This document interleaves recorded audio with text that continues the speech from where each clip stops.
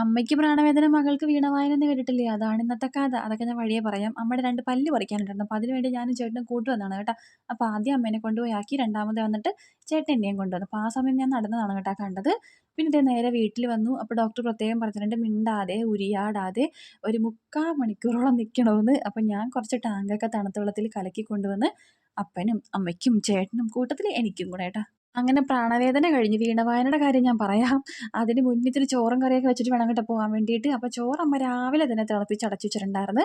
പിന്നെ ഇത്തിരി ചെമ്മീൻ ഉള്ളതിന് ഞാൻ വേഗം തന്നെ കറിയാക്കി. പിന്നെ കുളിച്ച് റെഡിയായി ഞാനും ചേട്ടനും കൂടെ നേരെ പോയത് മൈജിയിലോട്ടാണ് കേട്ടോ.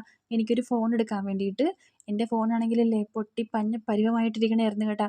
അപ്പോൾ എന്തായാലും എടുക്കാൻ വേണ്ടി പോണ്. അപ്പം പിന്നെ കുറച്ച് നല്ല ക്ലാരിറ്റിയുള്ള ഫോൺ എടുക്കാമെന്ന് നിർത്തിയിട്ട് വിവോയുടെ X300 ആണ് കേട്ടോ എടുത്തത്. ഒരുപാട് നാളത്തെ ആഗ്രഹമാണ് കേട്ടോ ഇപ്പം ഞാൻ സഫലീകരിച്ചെടുത്തത്. ഐഫോണൊക്കെ എടുക്കണമെന്നായിരുന്നു ആഗ്രഹം. അത് കുറച്ച് അത്യാഗ്രഹമായി പോകുമല്ലേ. സാരമില്ല, നമുക്കിതൊക്കെ മതി കേട്ടോ. അപ്പോൾ ദേ വേഗം തന്നെ അവിടെ നിന്ന് തന്നെ അൺബോക്സ് ചെയ്തു കേട്ടോ.